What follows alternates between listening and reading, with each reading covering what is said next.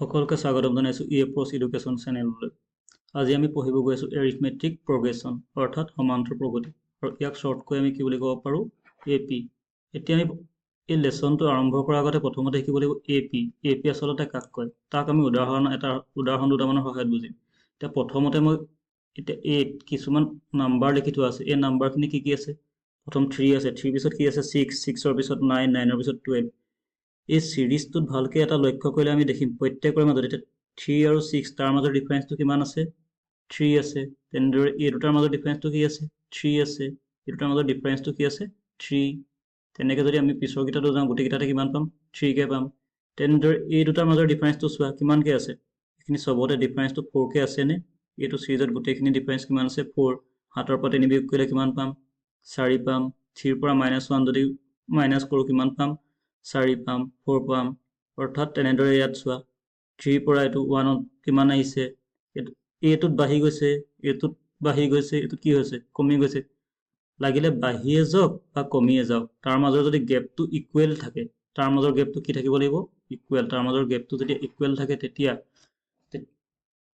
এই চিৰিজটোত নাম্বাৰবোৰ ইকুৱেল থাকিলে তাক ক'ম আমি AP। তাক কি বুলি ক'ম আমি? AP অৰ্থাৎ সমান্তৰ প্ৰগতি। এতিয়া AP শিকিবৰ কাৰণে আমি কিছুমান টাৰ্মছৰ দৰকাৰ হ'ব। ইয়াত এতিয়া এই প্ৰত্যেকটোকে আমি এটা ৰাখিব টাৰ্মছ বা অসমীয়াত আমি তাক পদ বুলি ক'ম। প্ৰথম থকাটোক ক'ম প্ৰথম পদ, দ্বিতীয় পদ, তৃতীয় পদ, তেনেকৈ চতুৰ্থ পদ গৈ থাকিব। First term, second term, third term. এতিয়া প্ৰত্যেকটোতে এতিয়া ইয়াৰ পৰা যদি মই প্ৰথম পদটো উলিয়াবলৈ কওঁ, কি ক'লোঁ? প্ৰথম পদ। এইত যিখিনি চিৰিজ আছে তাৰ পৰা প্ৰথম পদটো যদি মই উলিয়াবলৈ যাওঁ, প্ৰথম পদটো কি লিখিম? প্ৰথম পদটোতে লিখিব লাগিব মই কি? 3। দ্বিতীয় পদ তেনেকৈ কি লিখিম? আৰু এতিয়া আমি এনেকৈ দীঘলকৈ লিখিব নোৱাৰোঁ। প্ৰথম পদ বা আমি কি লিখিব পাৰোঁ? First term. ফাৰ্ষ্ট টাৰ্ম কিমান হ'বগৈ? 3। তাৰপৰা ইয়াৰ মাজত যিটো গেপ আছে সেই গেপটোক কওঁ আমি সাধাৰণ অন্তৰ। সেই গেপটোক কি বুলি ক'ম? সাধাৰণ অন্তৰ। বা ইংলিছত ক'লে তাক আমি ক'ব পাৰিম আমি কমন ডিফাৰেঞ্চ। কি বুলি লিখিব পাৰিম? Common difference. Common difference. আৰু এতিয়া বাৰে বাৰে আমি ইমান দীঘলকৈ লিখি থাকোঁ, তাক কিছুমান চিহ্নৰ সহায়ত বুজিম। এতিয়া সেই চিহ্নখিনি বুজিবলৈ গৈ আছোঁ। এতিয়া এনেকুৱা AP যদি আমাক লিখিবলৈ কয়, এনেকুৱা AP যদি লিখিবলৈ কয় আমি আৰু লিখিব পাৰোঁ। তেনেদৰে কি লিখিব পাৰিবা? 5, 10, 15, 20 তেনেকৈ গৈ থাকিলে হ'ব। তাৰপৰা তেনেদৰে আৰু লিখিব পাৰা।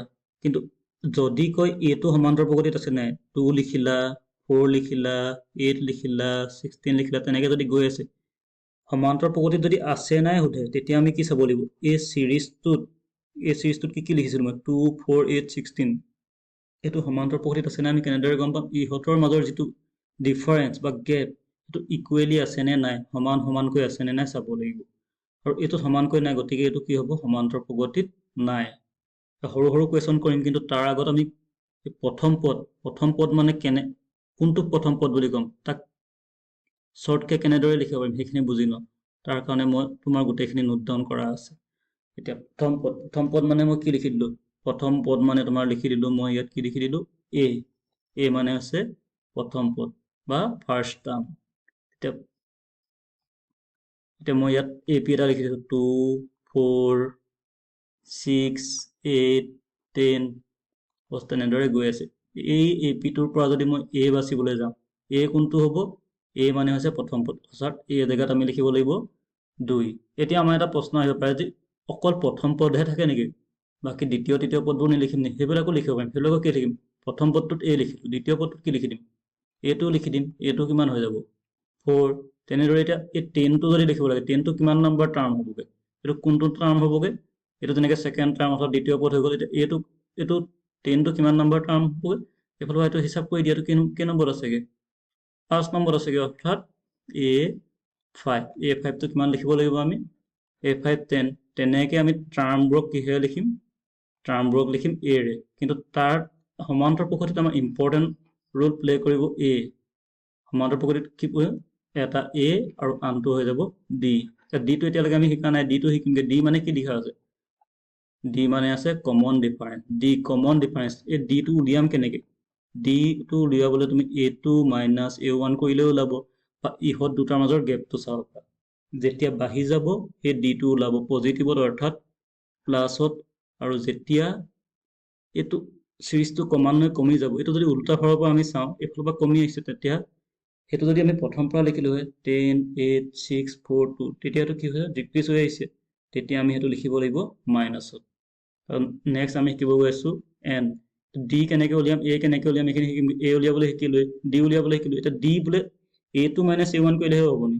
সেইটো কোনো কথা নাই। এতিয়া A49 মাইনাছ A48 বস এইটো কৰিলেও ওলাব। তুমি যিয়ে নকৰা A5 মাইনাছ A4 তেতিয়া কৰিলেও কিমান ওলাব? ডিটো চবতে ইকুৱেল ওলাবই লাগিব, কাৰণ আমি ডিটো কেলে ইকুৱেল ওলাব, কাৰণ সেই চিৰিজটো কিহত আছে বুলি আমি ধৰিব লাগিব, চিৰিজটো এটা এপিত আছে। নেক্সট পঢ়িব গৈ আছো আমি এন। এন মানে কি? এপিটোত থকা পদৰ সংখ্যা।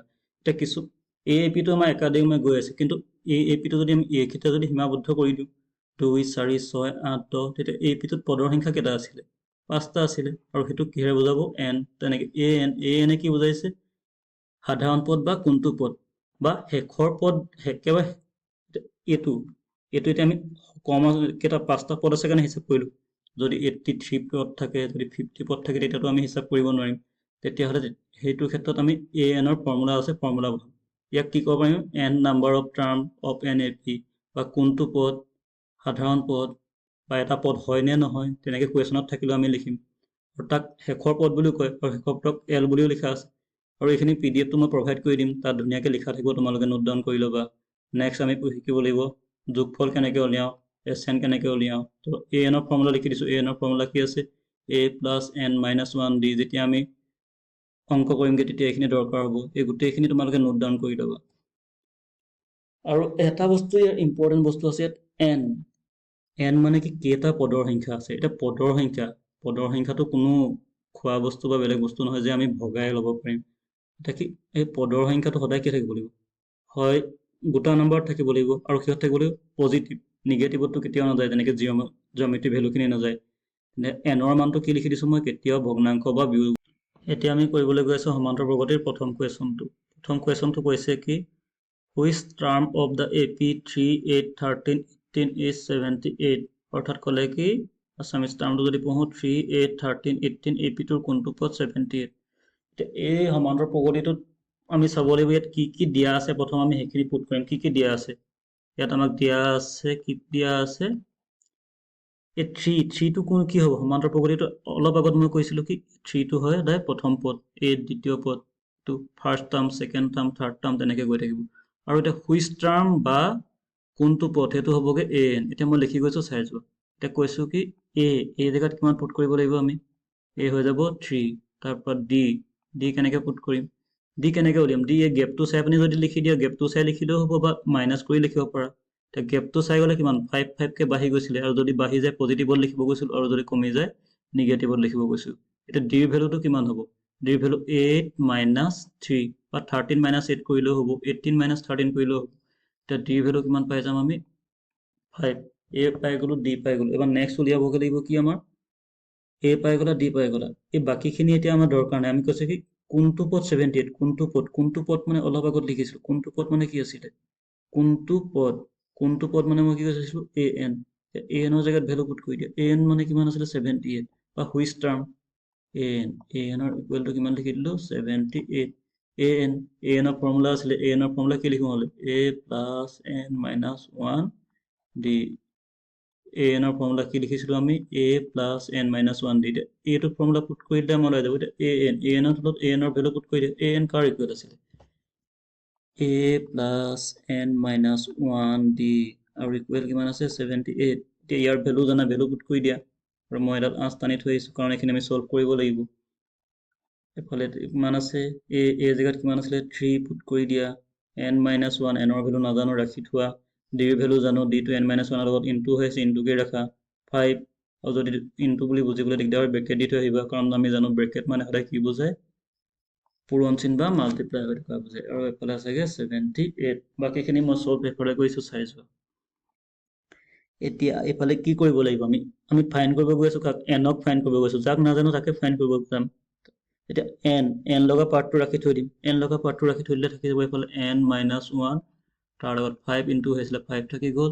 ইফালে আছিলে 78, আৰু এইফালে 3টো ক'ত গুচি যাবগৈ 3টো এইফালে প্লাছ হৈ আছে কাৰণ নাম্বাৰখিনি এটা চাইডে আনিবই লাগিব আমি 3 গুচি গ'ল 78ৰ পৰা 3 মাইনাছ কৰা কিমান পাবা 75 আৰু ইফালে থাকি গ'ল কিমান n minus 1 আৰু 5টো ইনটু হৈ আছিলে কেলকুলেশ্যন যদি ছুটি কৰা 5টো এইটো লৈ যাব পাৰা এইফালে থাকি যাব এতিয়া n minus 1 5টো এইফালে ইনটু হৈ আছে ইফালে গ'লে কি হৈ যাব ডিভাইড 75 by 5 5 এ 75ক কাট কৰি দিয়া কিমান থাকিব 5 এ যেতিয়া 75ক কাট কৰি দিবা কিমান থাকিব 15 5 15 যা 75 অৰ্থাৎ 5 15 75 এতিয়া আমিতো n minus 1 উলিয়াই থলে নহ'ব আমাক কি লাগিব n ৰ মান উলিয়াব লাগিব এই কেলকুলেশ্যনখিনি গোটেইখিনি তোমালোকৰ যোন দুৰ্বল আছা তোমালোকৰ অলপ টাইম ল'ব আৰু এইখিনিতো এই সমান্তৰ প্ৰগতি এপিটো আচলতে বহুত ইজি চেপ্টাৰ বুলি কোৱা হয় ক্লাছ 10 লেভেলৰ কাৰণে এতিয়া বাকী যি কি নহওক এতিয়া আমি ইয়াৰ কি ফাইন কৰিব গৈ আছোঁ n অৰ্থাৎ কোনটো পদ সেই নাম্বাৰটো কোনটো পদনো 78 হ'ব সেইটো ফাইন কৰিব গৈ আছোঁ সেইটো কাৰণে আমি এতিয়া পিছৰখিনি n minus 1 ইকুৱেল টু পাই গ'লোঁ 15 এতিয়া আমি ইয়াত কি চামগৈ n ৰ লগত -1 আছিলে ইফালে কি পাই আহিছোঁ 15টো পুট কৰি ল'লোঁ ইফালে 1টো মাইনাছ হৈ আছে ইফালে গ'ল প্লাছ তেতিয়া কিমান হ'বগৈ 16 তেতিয়াহ'লে ইয়াৰ কোনটো পদ হ'বগৈ 16তম পদটো কিমান হ'বগৈ 16 বা 16 টাৰ্মটো 16তম লিখি দিলে হ'ব বা 16 টাৰ্ম পদটো কিমান হ'বগৈ 78 তেতিয়াহ'লে এটা কুৱেশ্যন আমাৰ হৈ গ'ল এতিয়া নেক্সট কুৱেশ্যনলৈ যাম এই কুৱেশ্যনটো যদি কিবা বুজি নাপালে আকৌ এবাৰ মই বুজাই দিছোঁ চেট ইয়াত চিৰিজ এটা দিয়া আছিল আমাক চিৰিজটোত কি দিয়া আছে 3 8 13 18 আৰু তাৰ হুইচ টাৰ্মটো 78 সুধিছিলে বা কোনটো পদ 78 তাৰ কাৰণে আমি কি কি লিখিব লাগে গোটেইখিনি লিখি ল'লোঁ ফাৰ্ষ্ট কি আছিলে এ ভেলু কিমান আছিলে 3 ডি ভেলু কেনেকৈ পুট কৰিম ডি মানে কোনটো কৈছিলোঁ মই কেনেদৰে উলিয়াম বুলি ক'লোঁ যিটো গেপ থাকে সেইটোৱে হৈ যাব ডি নেক্সট আছিলে কোনটো পদ বা হুইচ টাৰ্ম সেইটো কাৰণে কি আছিলে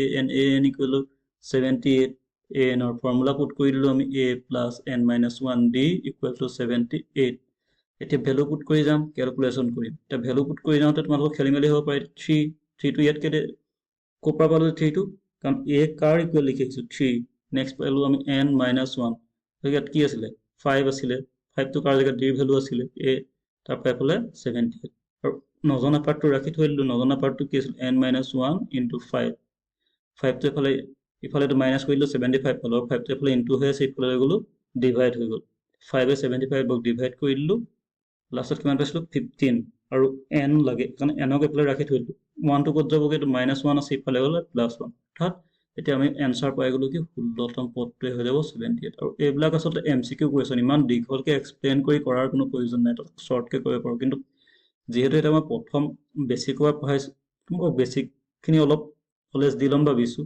PBSC পেপাৰ কৰাৰ আগত আৰু পেপাৰত এইখিনি কুৱেশ্যনে পাবা সেইটো কাৰণে মই অলপ লংকৈ কৰিছোঁ পিছত আমি শ্বৰ্টকৈ কৰিলেও হ'ব এইখিনি এতিয়া আমি যাম নেক্সট কুৱেশ্যনত কৈছে কি একেই কুৱেশ্যনে আহি গ'ল আগৰটোৰ নিচিনা আমি ধুনীয়াকৈ ক'ব ইয়াত কি দিয়া আছে এ কিমান দিয়া আছে এ সদায় ফাৰ্ষ্ট টাৰ্মটো লওঁ 7 নেক্সট কি দিয়া আছে ডি কোনটো ছেকেণ্ডৰ পৰা ফাৰ্ষ্টটো বিয়োগ কৰিলেও হ'ব বা গেপটো চাই উলিয়ালেও হ'ব 13ৰ পৰা 7 মাইনাছ কৰি দিয়া কিমান পাই যাবা 6 ডি পাই গ'লা এতিয়া অথনি কোনটো পদ সুধিছিলে আৰু এতিয়া এই এপিটো 19ৰ পিছত বছ এনেকৈ এটা সমান লেভেলত আহি আছে আহি মানে ক'ত চিৰিজটো মানে সমান গেপত আহি আছে তাৰ পৰা আহি ক'ত ৰৈছে সেই বুলি ক'লে 205ত ৰৈছে মানে এইটো শেষৰ পদ হ'ব বা এইটো কোনটো টাৰ্ম আমি নাজানো কোনটো টাৰ্ম জানো কোনটো পদ নাজানো সেইটো কাৰণে এইটো কি ল'ম আমি an ল'ব লাগিব an ইকুৱেল টু কিমান লৈ ল'লোঁ 205 এতিয়া আগৰ দৰে কৰি যাম an ইকুৱেল টু কি আছিলে a plus n minus 1 D আৰু এইটো কিমান পাই গ'লোঁ 205 ভেলু পুট কৰি দিয়া এই জেগাত কিমান আছিলে 7 প্লাছ n minus 1 এনৰ ভেলু নাজানো ডি জেগাত পুট কৰি দিয়া 6 আৰু এইফালে থাকি গ'ল 205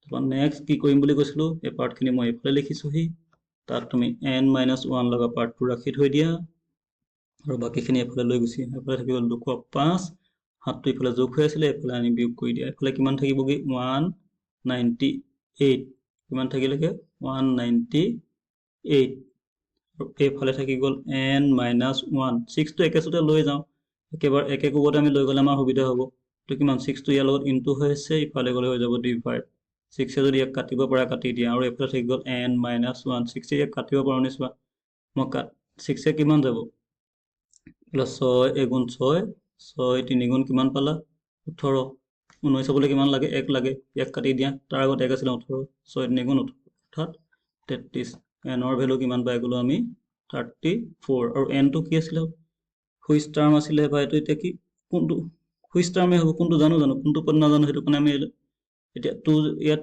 বা কোনটো পদ নাজানো বা ইয়াত সুধিছিলে কি পদৰ সংখ্যা কিমান পদৰ সংখ্যা মানে কি আছিল n ফাইন কৰি দিলো কিমান 34তম পদ বা 34th টাৰ্ম লিখিব পাৰা 34th টাৰ্ম এপিটো টোটেল টাৰ্মৰ সংখ্যা কিমান আছিলে টোটেল নাম্বাৰ অফ টাৰ্ম 34